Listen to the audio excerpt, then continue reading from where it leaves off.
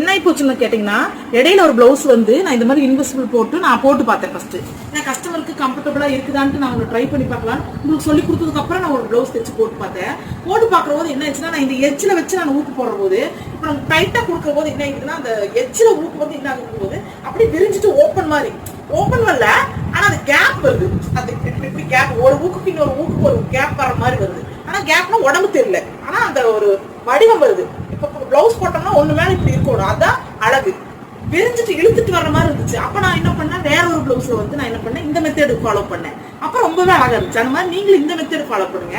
அதாவது இங்க பாருங்க, இன்விசில் வைக்கிற போது இந்த ஊக்க இந்த இடத்துக்கு வர, இந்த துணி இங்க வைக்காதீங்கம்மா, இங்க கொஞ்சம் நல்லா தள்ளியே வச்சுக்கோங்க. ஒரு 1/4 இன்ச் தள்ளி வைங்க, சரிங்களா?